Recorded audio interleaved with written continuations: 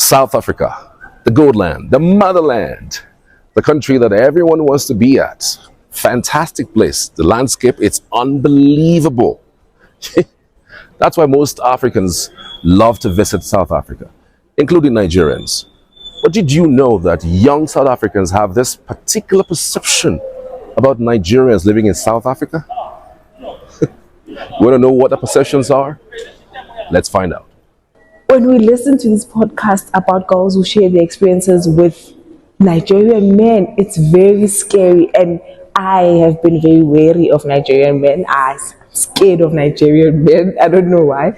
Because you would hear stories such as like, no, they come here, they sleep with you to get your luck, they feed on your luck, you never be anything in life. They have snakes apparently. So, and I'm someone who's scared of snakes, so I can't risk that. So I think my perspective on Nigerian guys is mostly based on what people had to say. I've never had a one-on-one encounter with a Nigerian person, either a girl or a boy. So I would say that people that you see on the street and the people that you come to live together with and learn from are two different people. Like there is to life, the good and bad. And we just happen to have the bad apples from Nigeria tainting the good image that the people of Nigeria have established for themselves. There are people that South Africans blame for everything that's going wrong.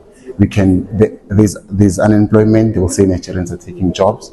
There's drugs, they will say Nigerians are selling drugs. There's crime, they will blame it on Nigerians.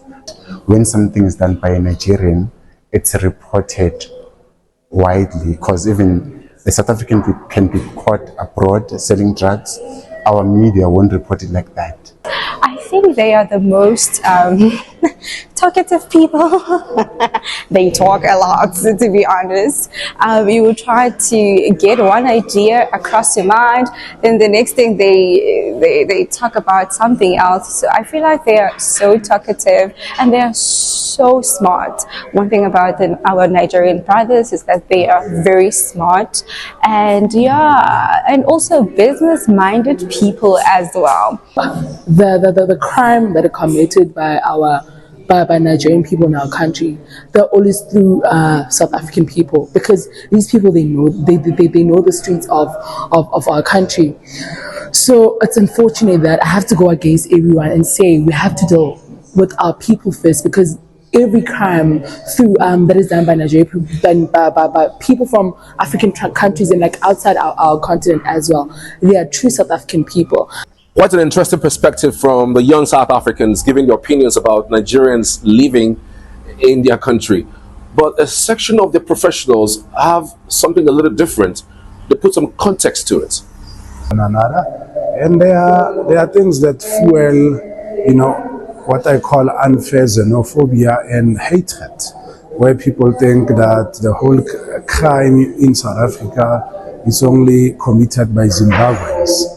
Drugs are only peddled by Nigerians, and cash heists are done by Mozambicans. There are South Africans who are also part of those criminal networks. But these are things that contribute to, the straining of relationships. These are things that continue to say there'll always be this tense relationship between the two countries. But I think what the two governments need to really look at and urgently address is from the societal point of view, not the diplomatic one, but the intercultural and intersocietal of how the two nations can relate with one another. They are two of Africa's biggest superpowers, but let's not lie to each other. There are underlying issues, and those need to be spoken about, and that can only be led from a civil society level. I find them very admirable, hardworking, very dedicated, disciplined people, which are sentiments that I also echo, perceptions I also echo. But I think when it comes to the ground and local communities, there's perceptions about them being involved in selling drugs and all those social ills that are associated with society. So I think it depends on where you find a particular Nigeria, in which community in South Africa you find them and what you find them doing for a living. One of the things that fuels negative perceptions around them is that social media tends to focus on one angle of Nigerians. Yes, we know in all contexts, there's good people, there's bad people that are involved in different things. But you'd find that because social media is all about promoting things that create conversations and are popular, you find that most of the time the negative side of Nigerians are the ones, the viewpoints that are present in the media that get people talking and that people talk. You know, most South Africans, you know, don't have any negative feelings against Nigerians. Obviously, there is a tug of war between these superpowers because Nigeria and South Africa are two big countries in Africa, and obviously because of that, you tend to see that there's a lot of friction that often happens, sometimes political, geopolitical positioning, but it doesn't mean that the ordinary South African has got any negative feelings. Yes, cases can be raised around maybe the issue of Chidima, where people were talking about so many other things online, but generally the ordinary person is of the understanding that we are all Africans, we deserve to live in the same continent. Members of the MTN Media Innovation Program while in South Africa expressed concerns about the strained relationship between the two nations. We're here at the South African Institute for International Affairs. So the narration in Nigeria is that South Africans hate Nigerians, and the narration in South Africa is that Nigerians are mostly criminals fighting for their already scarce resources, but this is not entirely true.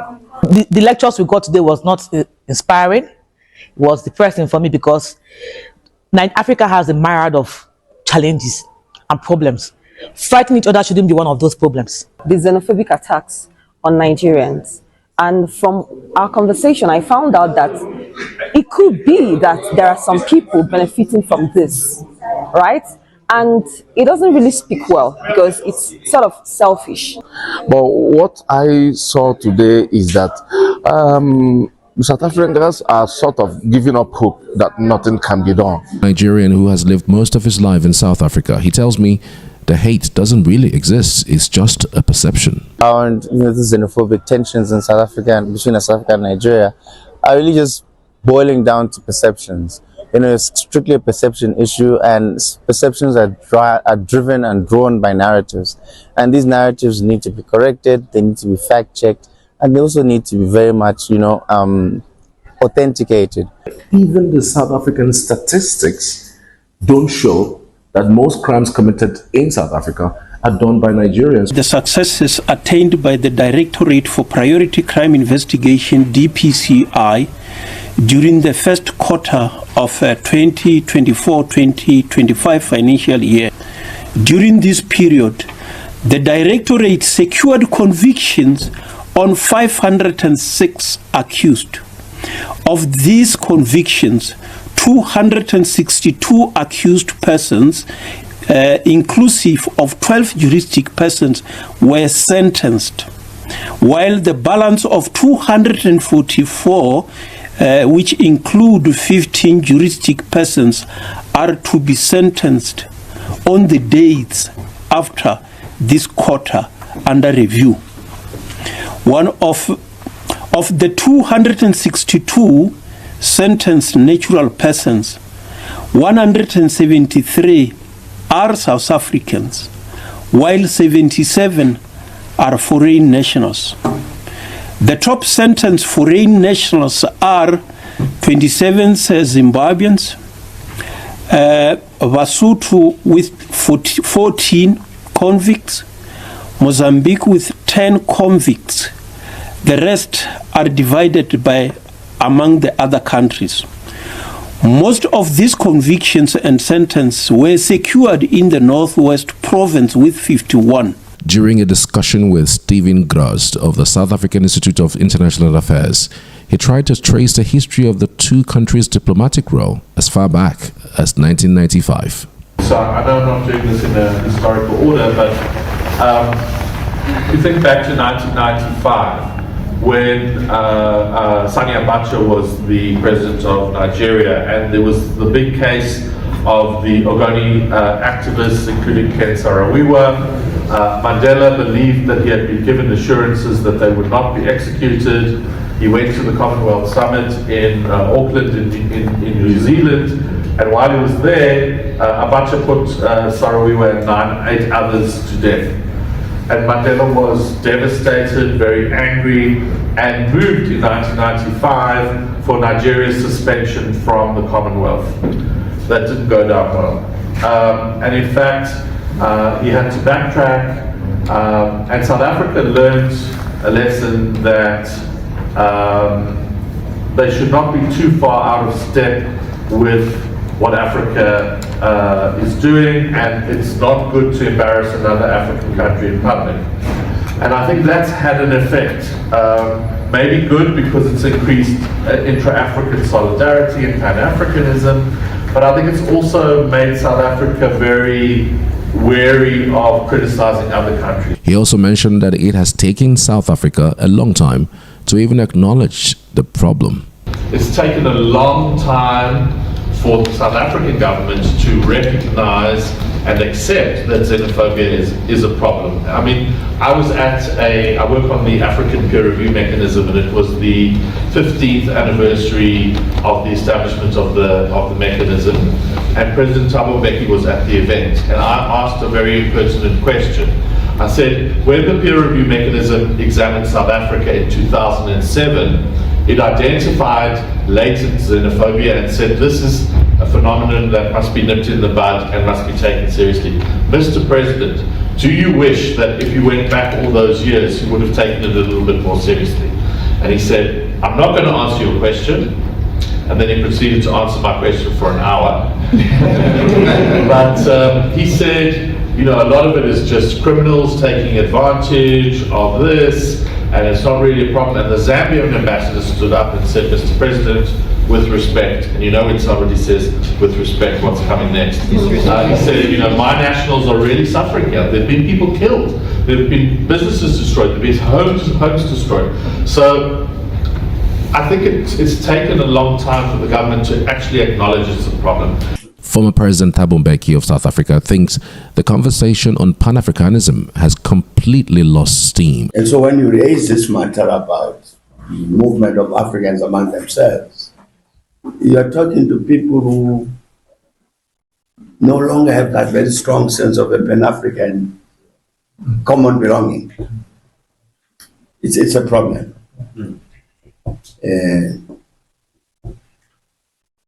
We discussed this question in this country about the rules and regulations this country has with regard to other people, Africans in the first instance. It's a battle to convince the people who actually practically handle this thing every day to say, but you need a system which encourages interaction among the Africans, not to exclude people, but to include. So it's related, I'm saying, to the politically what has happened on the continent is a regression from the kind of Pan-Africanist commitment that you have with other earlier leaders. You know, the part of the problem that I see is a decline in commitment to a Pan-Africanist view. That sense of a strong Pan-Africanism among our political leadership is kind of receded. Members of MT and MIP have some action plans. You know, so if we keep feeding this narrative, if we keep keying into people's perception of both countries, we are not going to solve this problem. So how do we solve the problem? Let's amplify the good things about both countries. Let's amplify the best of both worlds. And one of the things that stood out for me is the fact that we need to push out more positive stories of international relations, right? I mean, a lot of things are happening which are on the negative side, but there are positive stories that can be pushed out. So I really believe that if we work together, if we look at the positive sides of both countries, it's really going to help us. And we stop wasting time on things that separate us. Rather, we'll build ourselves and we become a better country together. But I also went away with the fact that the role of the media in bridging this gap cannot be understated. So for us as the media in Nigeria, I have been challenged to make sure I partner other African journalists to tell the right narratives about Africa for Africa to the globe. The chairman of MTN Group, Sebisi Jonas, echoed how the world has so much changed over time, reiterating what exactly people are more concerned about right now. So people are increasingly looking at politicians differently now. The world is moving in a more pragmatic space where it is about how the economy gets strong, how do we ensure inclusivity, how do we ensure the youth have jobs, and how do we ensure that there's greater trade, etc. So it's becoming more focused on practical stuff as opposed to ideological stuff. I mean, and any politician that comes back to you and say, I'm ideological, you must know they are lying. Now we know where that skewed narrative comes from. Social media, an isolated case blown out of proportion, and a particular section of the society, that's the political class, trying to use closed borders as a means to push narratives that are so wrong. Well, so when next you hear these narratives, show them this video at least, and maybe put it in context. There's unity in diversity, as a matter of fact, and it's about time to rebuild Africa, not to destroy. Thanks for watching.